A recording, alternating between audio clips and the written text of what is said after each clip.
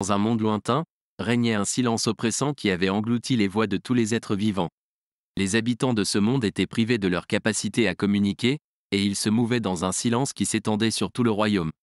Dans ce monde que vivait un jeune homme nommé Zéphyr. Il était un guerrier solitaire qui avait passé des années à errer dans le silence, cherchant un moyen de briser le sortilège qui avait pris possession de leur monde. Il avait entendu parler d'un être mystérieux appelé le Seigneur du Silence, qui était censé être la source de ce silence qui les oppressait. Zéphyr se mit en quête de trouver le Seigneur du Silence, sachant que c'était le seul moyen de libérer le monde de sa malédiction. Il se lança dans un voyage périlleux à travers les montagnes escarpées et les terres sauvages. Le voyage fut long et difficile, mais il ne perdit pas espoir et continua d'avancer, espérant trouver des indices sur l'endroit où se trouvait le Seigneur du Silence. Finalement, après des mois de recherche, Zéphyr finit par découvrir une grotte cachée au cœur des montagnes. Il savait instinctivement que c'était l'endroit où il trouverait le Seigneur du Silence.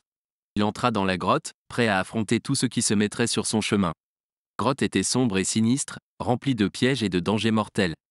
Zéphyr était un guerrier aguerri, et il parvint à surmonter toutes les épreuves qui se dressaient devant lui. Finalement, il arriva devant une grande porte en pierre. Il ouvrit avec précaution et entra dans la pièce qui se trouvait derrière. C'était sombre, mais Zéphyr pouvait sentir la présence d'un être puissant. Soudain, il entendit une voix grave qui résonna dans toute la pièce. « Qui ose venir me défier ?» demanda la voix. « C'est moi, Zéphyr », répondit le jeune guerrier. « Je suis venu pour te vaincre et libérer le monde de ta malédiction. »« Courageux, petit guerrier », répondit la voix. « Mais je crains que tu n'aies pas les moyens de me vaincre. » Le Seigneur du Silence sortit de l'ombre, révélant une figure sombre et imposante. Il était vêtu d'une robe noire et avait un visage déformé par la haine et la colère. Il dégaina son épée et se prépara à affronter Zéphyr. Le combat qui s'ensuivit fut épique. Les deux guerriers étaient égaux en force, mais Zéphyr était plus rapide et plus agile que le Seigneur du Silence. Ils battirent sans relâche, faisant trembler les murs de la pièce. Finalement, Zéphyr parvint à porter un coup décisif à son adversaire, le faisant tomber à genoux. Le Seigneur du Silence le regarda avec un mélange de colère et de respect. « Tu as gagné, Zéphyr ?» dit-il.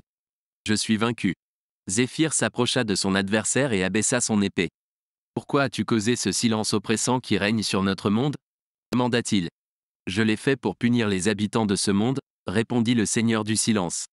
Ils ont oublié l'importance de la parole et de la communication. J'ai voulu leur montrer ce que c'était que de vivre dans un silence éternel. Zéphyr secoua la tête. « Or, dit-il, la communication est essentielle à la vie. Sans elle, nous ne sommes que des coquilles vides. Nous devons apprendre à écouter et à parler les uns aux autres, même si cela signifie parfois se confronter à des opinions différentes des nôtres. » Le Seigneur du Silence sembla réfléchir à ces paroles, puis hocha la tête. « Raison, Zéphyr, dit-il. Je vois maintenant que j'ai commis une grave erreur.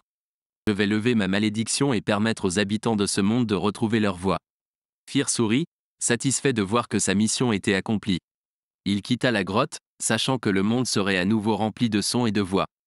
Il avait gagné une bataille importante, mais il savait qu'il y en aurait d'autres à venir. Cependant, il était prêt à les affronter, sûr de sa capacité à triompher de toutes les épreuves qui se dresseraient sur son chemin.